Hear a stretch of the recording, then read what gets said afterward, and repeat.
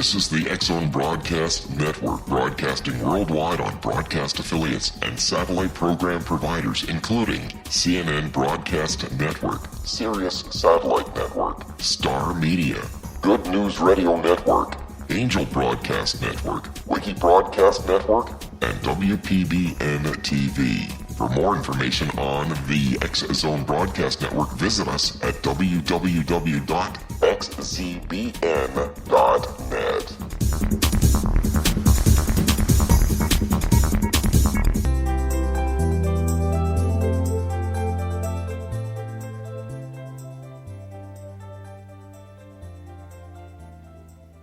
Welcome to Know the Name, Know the Genius in You, where in a single moment you can recognize your brilliance and change your life. This is a transformational hour that covers an array of topics that demonstrate how individuals use their native talents, as shown in their name, to look at the ordinary in extraordinary ways. Albert Einstein once said that everybody's a genius. Why would one of the smartest people on the planet declare that everyone is a genius unless he knew that to be true? I'm your host, Sharon Lynn Wyeth, creator of Namology Science and author of Know the Name, Know the Person. And in each weekly show, you'll hear the fascinating ways other people discovered the genius in them and what they were able to accomplish. At the end of each show, you'll hear clues on how you can recognize your own innate genius. All over the world, people have many, many diverse interests. And in that vein, people have asked about different occupations and areas of life that have highly interested them. People want to know how highly successful people have managed to achieve their genius mindset by utilizing the gifts that are seen in their name using namology science. So how does someone express their creative talents, and how does someone share those gifts with others in such a way that everybody benefits? Our expert tonight is Julie Woik. It's W-O-I-K. the last name, who has developed her genius in the area of writing meaningful children's books that teach a core value lesson in each book. Julie is a writer and a poet who has created the character-building children's book series, The Life and Times of Lilly the Lash.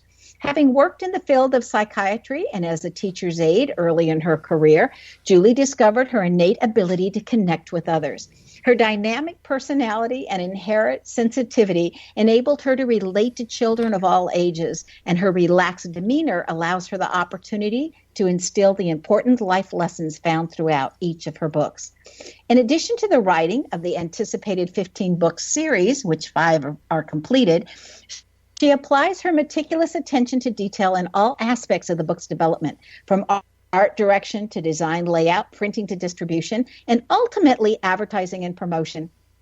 Julie is also the creator of educational activities and motivational and board games that accompany the series.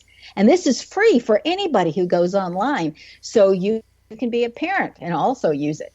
Julie's tremendous energy and her own childlike playfulness help her bond with children at book signings and author presentations around the country.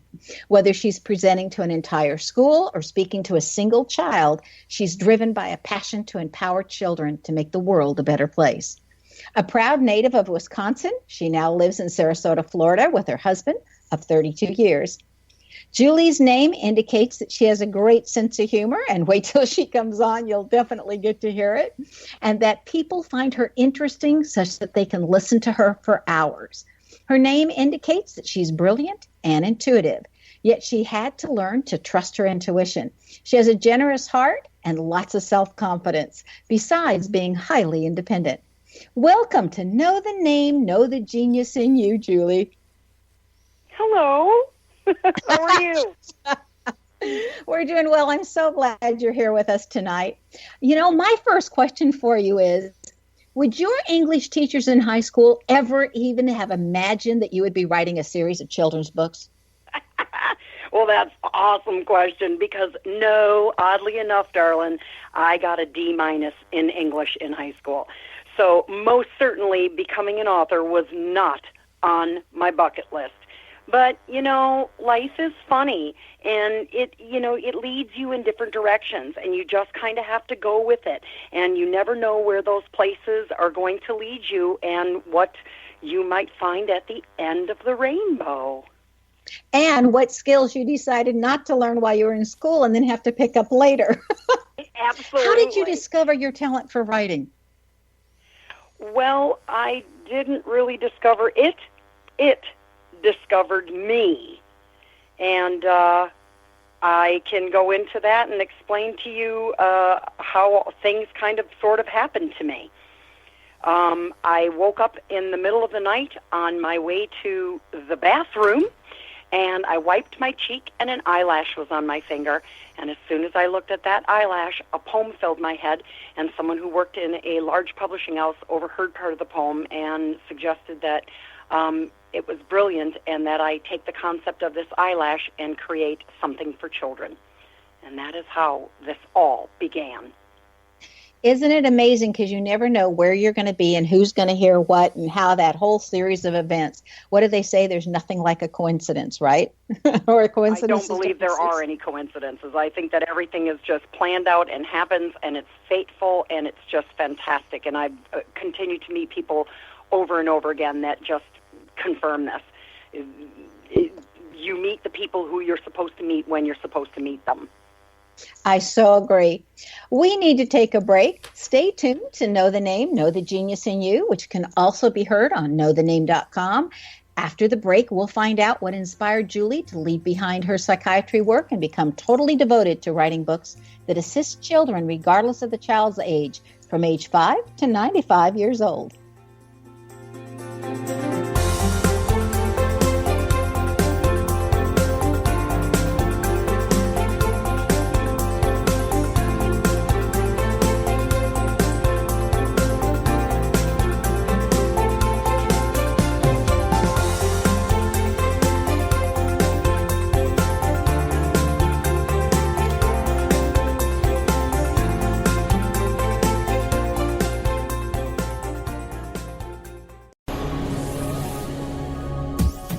This is the X-Zone Broadcast Network, broadcasting worldwide on broadcast affiliates and satellite program providers, including CNN Broadcast Network, Sirius Satellite Network, Star Media, Good News Radio Network, Angel Broadcast Network, Wiki Broadcast Network, and WPBN TV. For more information on the X-Zone Broadcast Network, visit us at www.xzbn.net.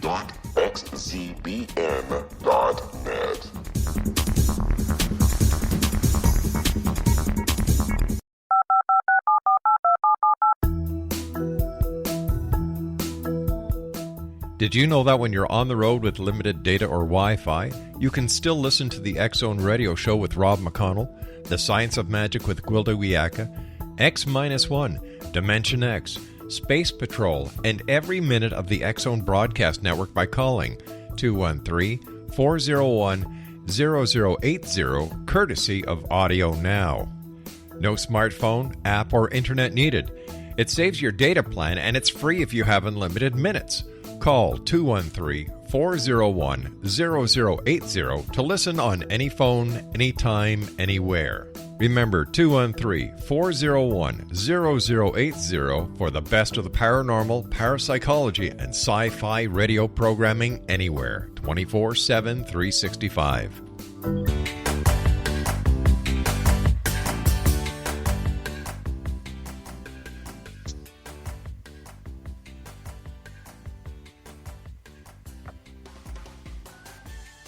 Welcome back. I'm Sharon Lynn Wyeth, and you're listening to Know the Name, Know the Genius in You, which is being heard on xzbn.net and knowthename.com. Our guest tonight is Julie Woik, whose website is lillythelash.com. That's Lilly, the Lash is LASH.com. I would like to start by reading and quoting something from one of your books that I have just found fascinating. And I'm going to quote from the book, The Life and Times of Lilly the Lash, The Garden Gathering. And it says, we're talking about this sunflower named Sunny. And it says, a bit of a stickler, she likes things just so. This imagined for Sunny would be hard to let go. The thought of her having a big double chin compared to the flowers that grew nice and thin. When new leaves popped out, it drove Sunny insane. Of course, it was worse if it started to rain. The additional growth brought on low self-esteem and some big whopping tears that created a stream. in your writing, you're constantly rhyming, even as you're very well emoting for that flower, or whatever it is you're talking about, how they are feeling, and then how they transform. Would you mind giving us some background on how this story of the life and times of Lilly the Lash came about? Well, The Garden Gathering was the first book that I wanted to write because it was about self-worth. And I want children to understand that we are human beings, we are going to make mistakes, but we need to have that self-worth and that strong self-esteem within us to be able to understand that we're all different. We are not going to be the same as the person next to us, but that be strong, be who you are, and be proud of that. And as we do that, no matter what happens, we're going to be able to move forward.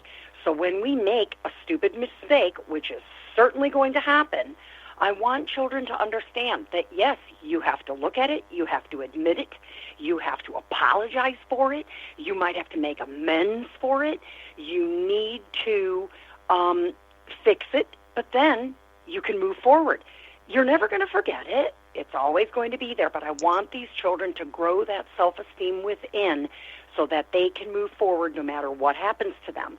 And in that particular book, the sunflower looks in the mirror one day and realizes she's bigger than everyone else. And she meets a tiny spider who thinks he's too small to make the soccer team. Is she big? Yes. Is he small? Yes. But they both have separate gifts that's what brought them, that's what they have in this world. That's what's great about them. And they don't see that till they meet one another. And then they recognize, the sunflower sees the spider jump off the web and recognize how quickly he wraps up his web. And wow, she says to him, hey, you don't even have to worry about your size, it's your speed that's your gift. And from that conversation, it helps her to realize that, wait a minute, I have value too. I'm bringing, shade to the snake, and I'm bringing food to the bees. And she's beautiful, and they're beautiful for who they are. And that is the first and foremost bottom thing that I want children to start with in their lives, because I want them to understand you have to feel good about yourself, because when things are not going well, the first thing we want to do is, give it up, or talk about, like things like suicide that come along eventually in a young person's life, because you don't feel valued. And I need them to understand that we're going to make mistakes, we're going to be different, we must value ourselves 100%. And it doesn't even have to do with children. I have so many friends who come to me to talk to me about their relationships or things that are happening in their lives that aren't going well. And I would probably say 75 to 80% of the issue is their self-esteem, and that they do not feel valued, and they don't know how to stand up for themselves, and they don't know how to move about in a way that makes them feel strong and worthy. And it's just the utmost of importance, and I need children to understand that. You have a lot of booths at different fairs where you go and you sell your books, and you've been doing that for about 10 years. Was it challenging to bring your books and ideas out to people as you got started and had these booths at different fairs? And what was that like? Well, it was such an odd concept, because in the beginning when I started doing it, I seemingly think I was maybe one of the only ones around, because everyone kept commenting that, what are you doing here? Or you're an author, why are you here? And I think it made them think that I was like not doing well, and that I was there because, hey, I had no other way of getting rid of these thousands of books in my garage. But it was quite the opposite. A lot of authors start that way. Absolutely. Okay. But it was, I'm meeting the people. I'm meeting you, and I'm literally explaining to you. I'm right in front of you explaining to you what the value to this book is. And, of course, it's a children's book, so it's not a novel, so that makes it much easier, because they can stand there for, 5 minutes and pretty much be able to read the whole book and get the whole gist of it. But they could see that I'm serious about this. I need these lessons to be taught to the children. I need our world to become a better place. I need these books delivered to children who are going to love and be entertained by that book, but then learn that lesson and move forward in their lives, making much better choices and doing things like shaking a hand and making a promise and following through. No lawyers needed. Hey, I'll come over and I'll help you fix your house. Hey, if something happens and you can't make it, that's okay. Then call your friend and say you can't make it, and you'll make it some other time and make new arrangements. But don't not call. I just need these kids to follow through with these character-building lessons. You don't have to like someone. You don't have to agree with them, but you do need to respect them. And if you take a minute to listen to somebody's opinion, who you don't agree with, you might not like that guy or that girl, but you just take in for a minute what they're saying, wow, you might actually learn a lesson from that alone. Hey, you know what? Wow, this person came from this different environment, and, they see things differently, and, they don't see it the way I do. I can understand now how they feel about that. I still may walk away from that feeling strong about the way I feel about it, but I most certainly have now opened my mind to realize that, hey, you live differently, and I see where you're coming from. And I just think we'd be a better world if everyone did that. And certainly teaching these lessons to the little ones from the beginning is absolutely key. And what's cool about that is that my books are from, I always say this, that the self-read for the series is 4 to 10, but my customer base purchases for 0 to 10. And so these people that I'm meeting, they're coming here, and these women are pregnant, and they're reading to their children already because they want them to, and I'm talking about all books in general as well, not just my books, but they want their children to have the best of the best, to be reading to them now, give them a love for reading.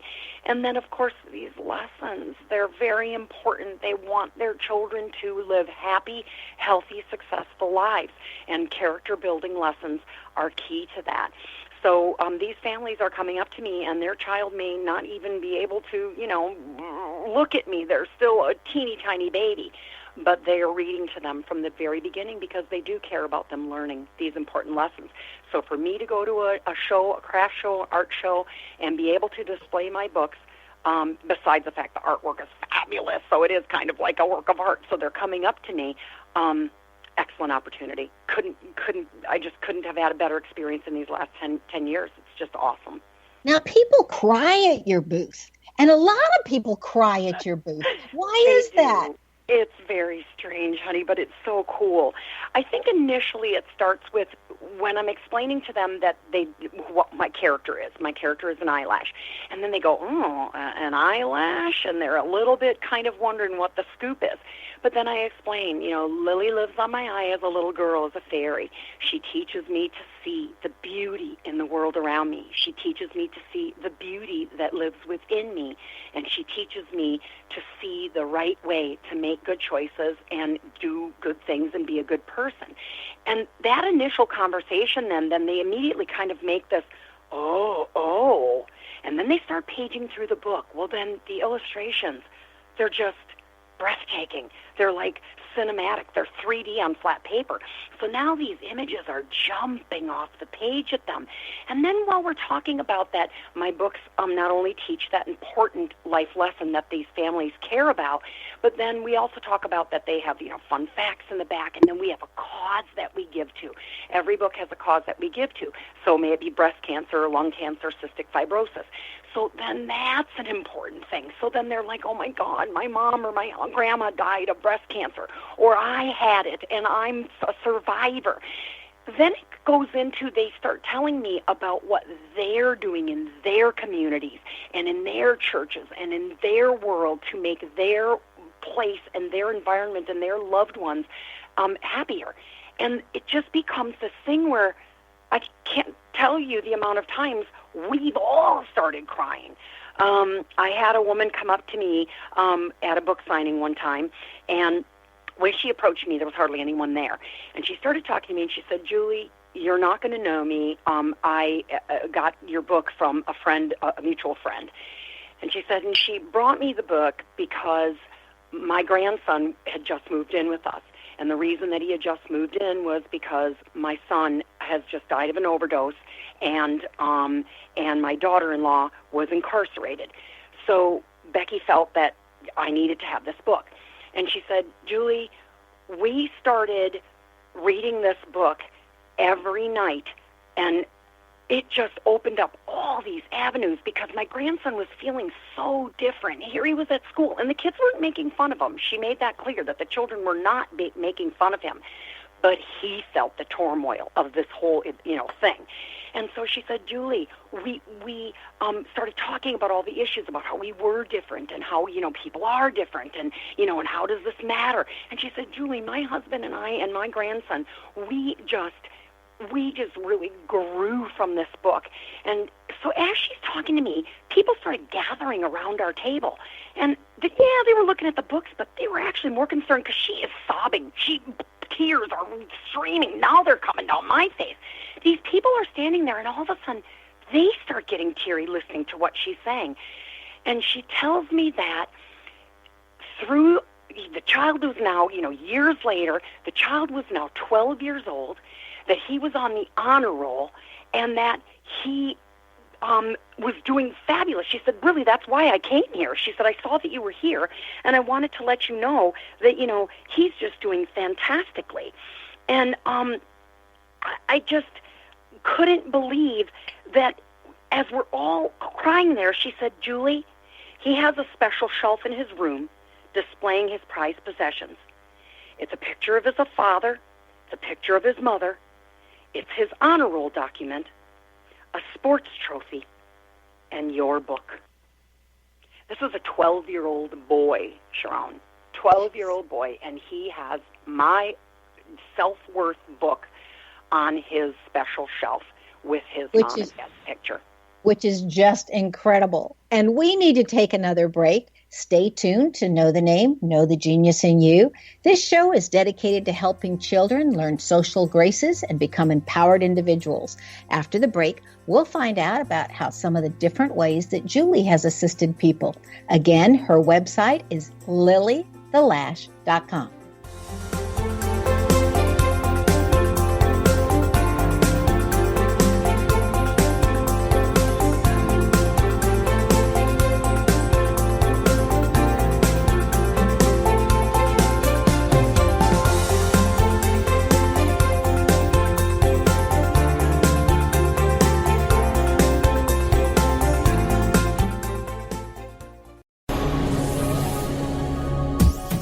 This is the X-Zone Broadcast Network, broadcasting worldwide on broadcast affiliates and satellite program providers, including CNN Broadcast Network, Sirius Satellite Network, Star Media, Good News Radio Network, Angel Broadcast Network, Wiki Broadcast Network, and WPBN TV. For more information on the X-Zone Broadcast Network, visit us at www.xzbn.net.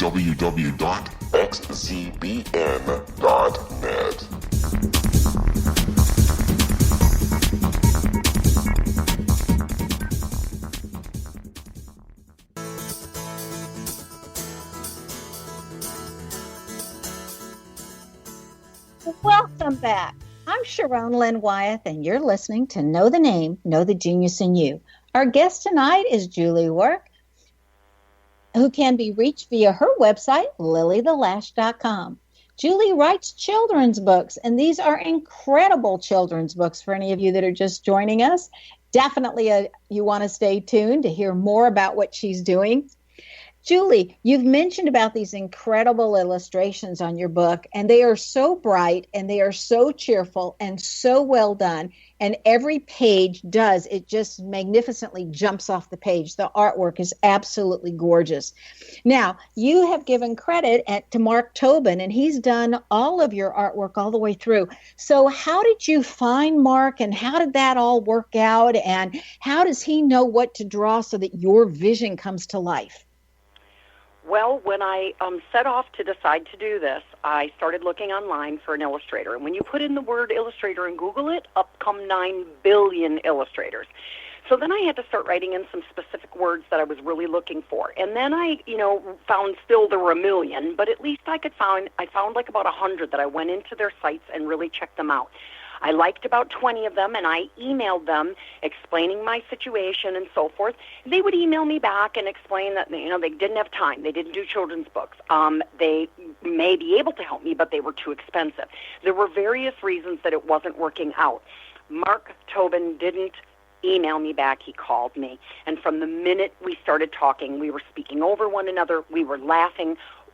23 days later, I was flying to Pennsylvania and stayed at his house for the weekend and met his girlfriend and hung out there, and just an amazing experience.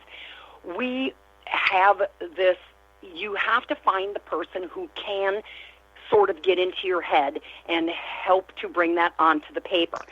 So now when I write the story, I write it and then I send it to him and then I let him read it. Then he calls me and then we go through it a page at a time of what I see on that page, what I see on that page. Because when I'm writing it, I sort of feel like it's a movie playing in my head. Now, one at a time we do that, and then when we get to the end, then now we're going to start, and he's going to start with page 1. But as it moves along, Mark, too, is going to say things to me like, well, wow, oh, Julie, well, when I read that page, this is what I saw or what I thought. And we're always open to telling each other and talking to each other. It is very much a collaboration. Even though that an initial thing may be what I saw on that page, we might go completely with an idea that is his. He's just brilliant. He's super funny. He's sarcastically brilliant, very clever. I never can get away with a 1-minute conversation with him because we just have too many laughs and too much fun. So it is key to find somebody who really understands you, what you're doing, and what your cause is and what your meaning of that book is. If you're doing a cartoony, uplifting, fun, friendship, fun, happy book, then that's got one flavor. Mine is an eyelash that could have gone very wrong. It had to come across as subtle and soft and meaningful and heartfelt and wow. I mean, his stuff is just outrageous. I mean, it's just it's just unbelievable. When people approach my table, I literally say to them, I'm the author, but you gotta open the book. You gotta look inside because you won't believe what you're going to see. And every single time it's the same reaction. Oh my God, wow. Because that helps them now feel the story and what I'm trying to teach. So the books are absolutely entertaining, but it's that underlying lesson that we're sneaking in because of Mark's wonderful illustrations. The child's just being entertained, but I'm sneaking in that lesson when they're not looking. Speaking of children, you give school presentations to young people, and you're able to so keep in a huge assembly all those children's attention while you're presenting. Now, I have what I want to think of as way too many years in that classroom, even though I've loved every single one of them and loved seeing the children learn. But I'm only dealing with between, 24 to 30 children at a time. And here you have hundreds. How do you manage to keep their attention while you're talking to them?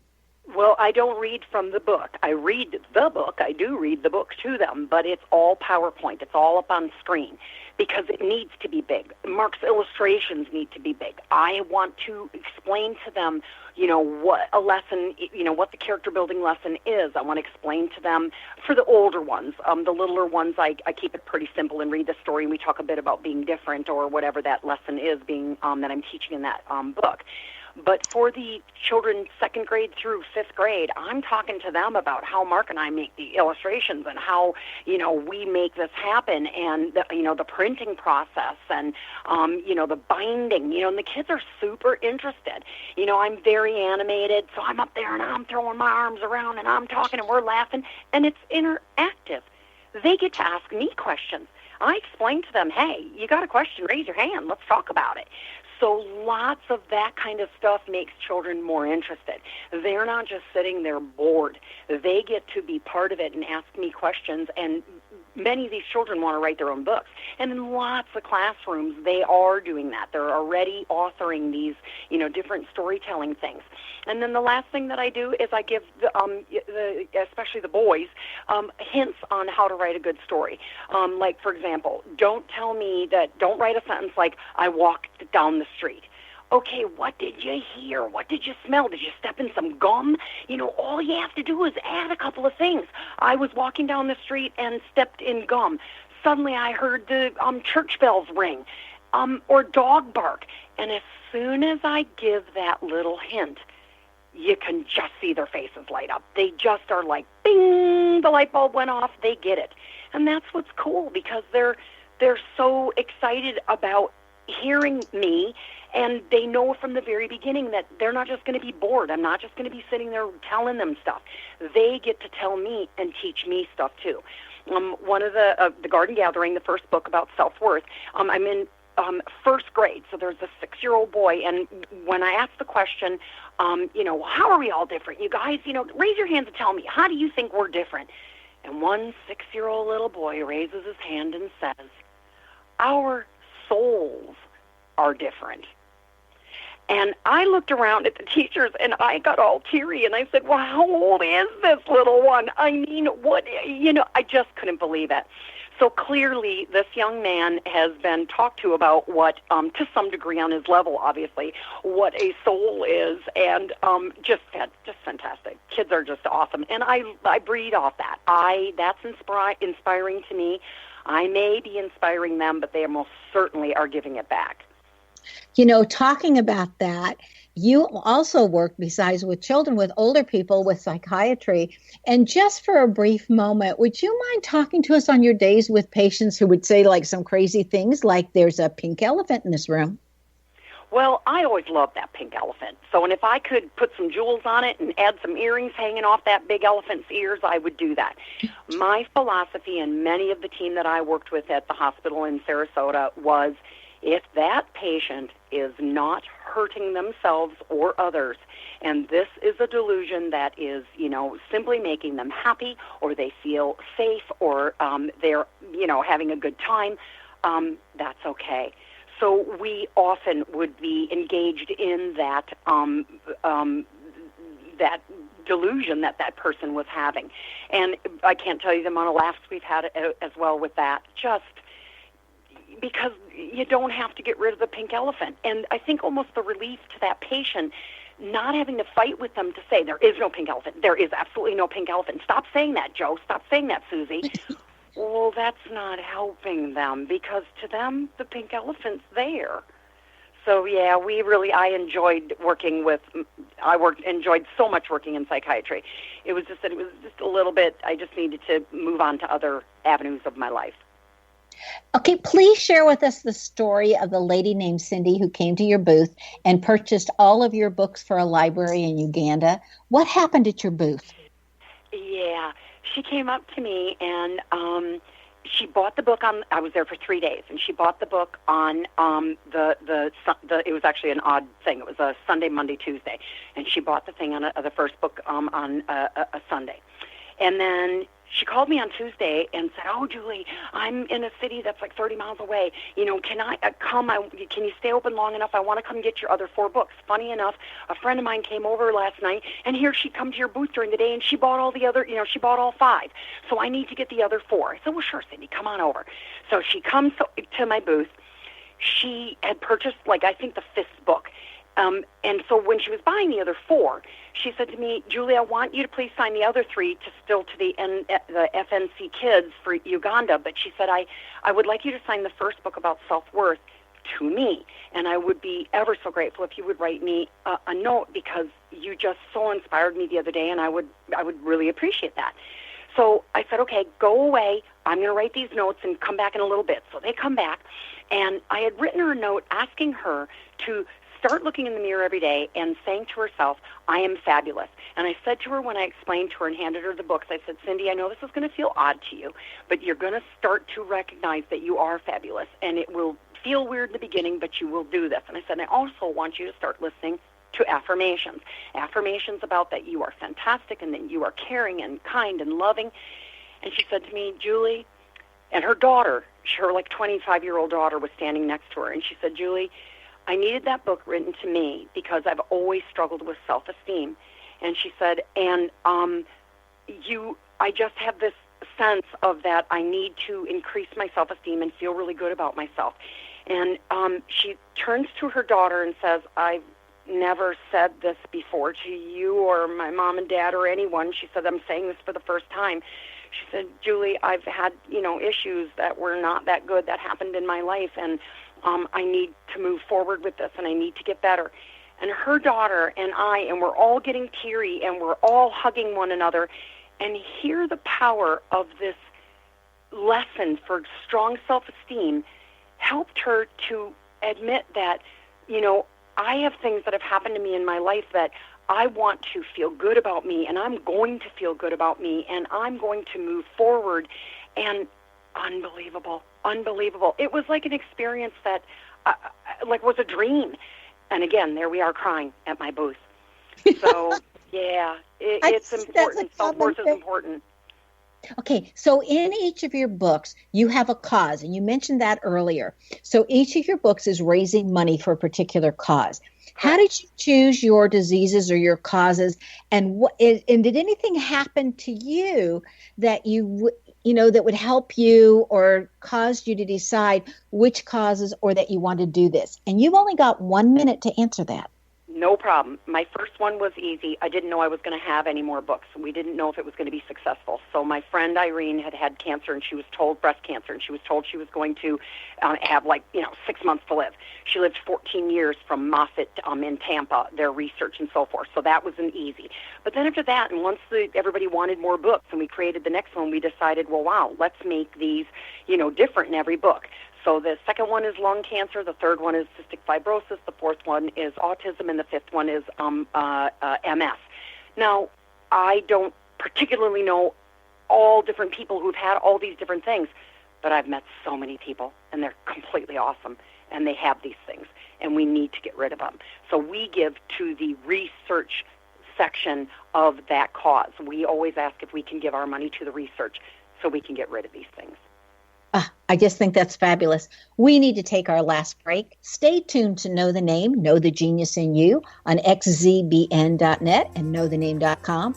After the break, we'll find out what Julie has in her name that assisted her that you may have in your name as well.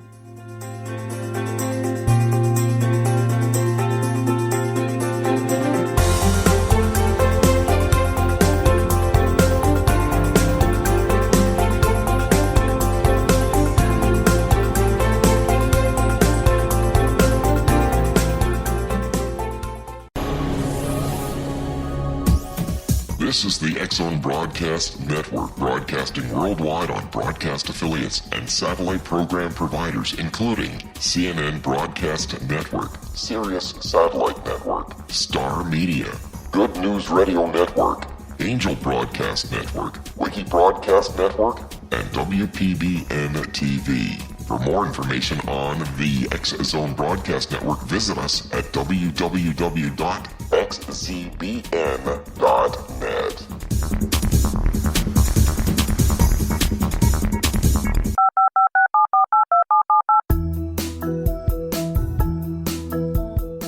Did you know that when you're on the road with limited data or Wi-Fi, you can still listen to the X-Zone Radio Show with Rob McConnell, The Science of Magic with Gwilda Wiyaka, X-1, Dimension X, Space Patrol, and every minute of the X-Zone Broadcast Network by calling 213-401-0080, courtesy of Audio Now. No smartphone, app, or internet needed. It saves your data plan, and it's free if you have unlimited minutes. Call 213-401-0080 to listen on any phone, anytime, anywhere. Remember 213-401-0080 for the best of the paranormal, parapsychology, and sci-fi radio programming anywhere, 24/7, 365.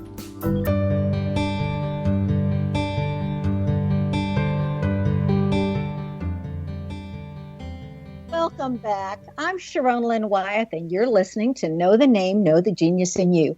Our guest tonight is Julie, and I'm going to slaughter this name one more time. Julie, I'm sure, just like my last name is hard for people to say, yours is. How do you tell people to pronounce your name correctly? Well, my last name is pronounced Woik, and how I say that is I woik all day and I woik all night, and that is about correct. So And it's Woik. And Correct. her Instead of an website. R, instead of an R, it's an I, and once you kind of see that, and then, oh, she Woiks. It's kind of like I'm from New Jersey. Anyway, your website is lillythelash.com. And Julie's taken her fabulous communication skills to a level where she's able to write enticing stories that share how to have ethics and get along in today's world. She serves others in this capacity. Julie, what's the basis of your deep desire to serve other people? Well, I think when I started working in psychiatry, well, let's back up a second. I came from an awesome upbringing. My mom and dad were like June and Ward Cleaver type thing. They were firm, they were loving, they were caring, they loved each other, it was safe. All of those things that a child dreams about, I had in parents. And then I started working in psychiatry.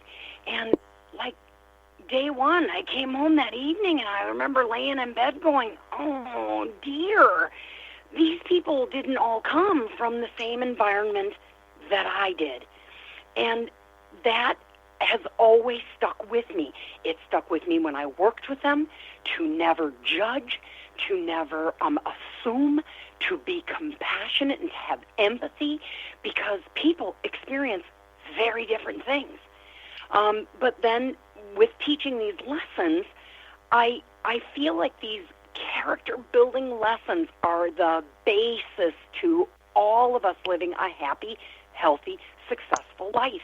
If you know that, the importance of sharing, or the importance of honesty, and that, okay, yeah, you screwed up, you took that and you shouldn't have done that, but you go and you explain to the people, I did this, I'm sorry, here it is, I'm sorry, or you could have even spent the money already, but you explain what you did and you come clean, set things straight.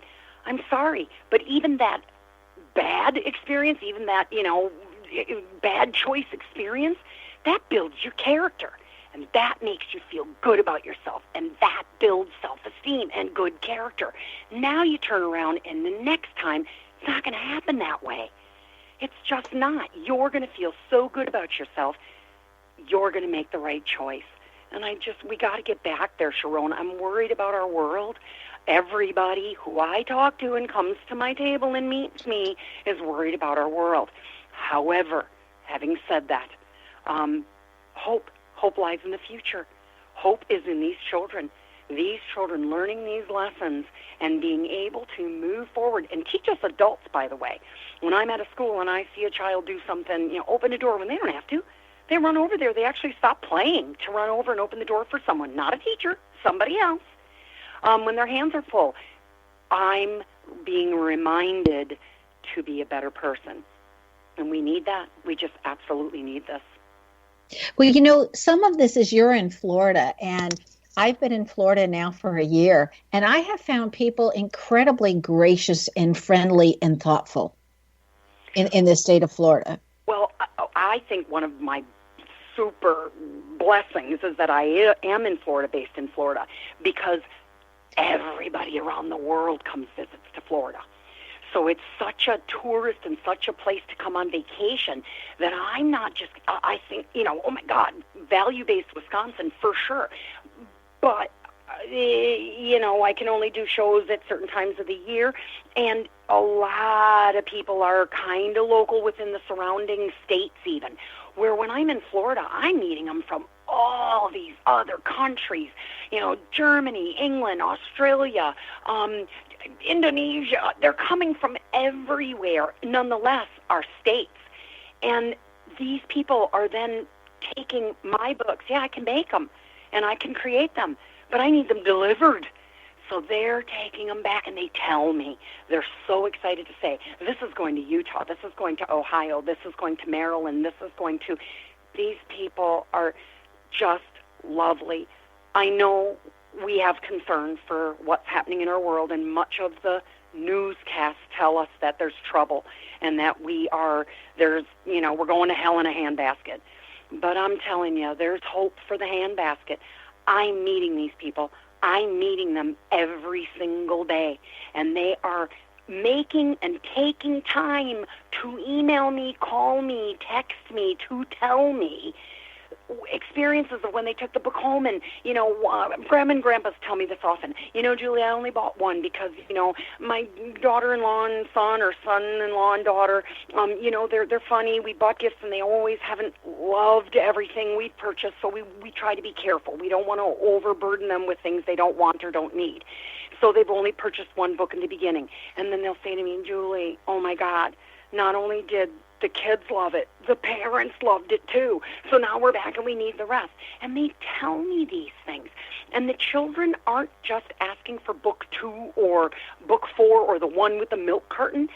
They're asking and saying, Grandma, you're going to Florida. Could you get, I want that book on respect. Or I want that book that's in the jungle about balance. Really? You got a 6-year-old asking for a book about balance? I love that. I love that. So they do get it. And when I'm at these schools speaking, I see and listen and hear they do get it. And they do need this structure. They want this structure. And we as adults need to give it to them. So we are on the cusp of some kind of a big situation occurring where the books in about a year should be in 80,000 retail stores around the country in various formats. And we're talking everywhere from the Dollar Tree for $1 all the way up to Nordstrom's. And we could not be more excited because part of our mission has always been get these books into the hands of children everywhere, no matter what the economic status is.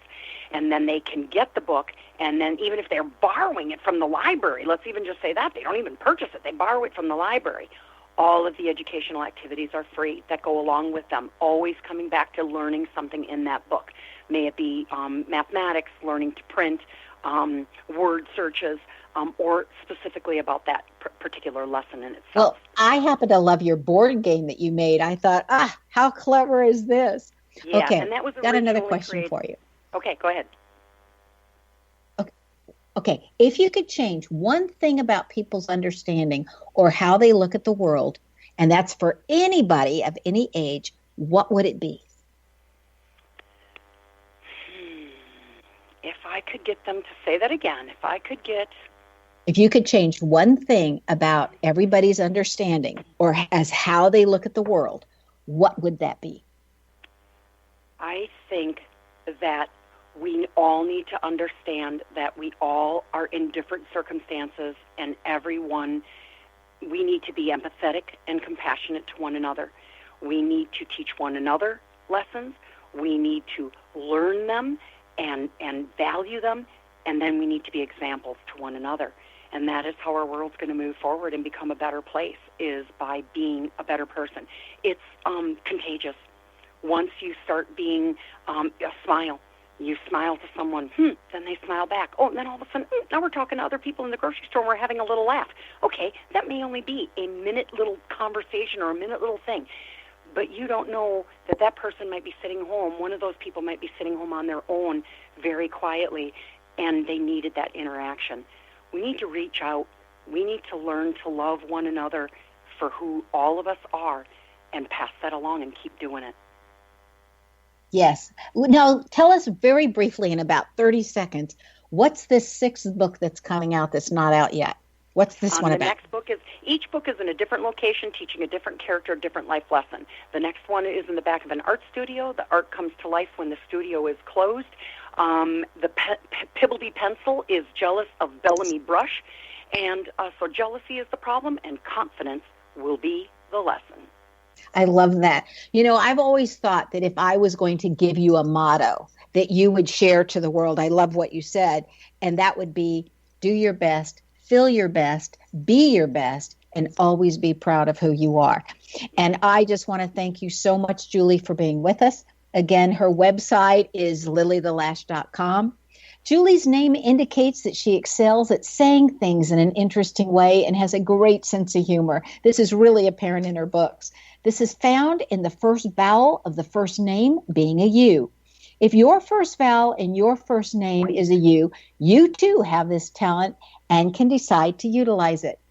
Do you want to know where your genius lies? I'm Sharon Lynn Wyeth, host of the radio show, Know the Name, Know the Genius in You, which can be heard every weekday at various hours right here on xzbn.net radio, an X-Zone radio station, and on knowthename.com. Tune in to hear the fascinating ways other people have discovered the genius in themselves and what they were able to accomplish in each upcoming show. You're going to hear clues on how you can recognize your own innate genius. For all the days and times of Know the Name, Know the Genius in You, please go to www.xzbn.net and check out our broadcast schedule. And if you wish to know how to read a person's name to know the insights, this is the perfect time, as the last class for Namology Science for this year is starting online this month. Or if you want to learn about your own name and how you can discover your innate genius, go to the website, knowthename.com, and give yourself the gift of a session. This is Sharon Lynn Wyeth signing off.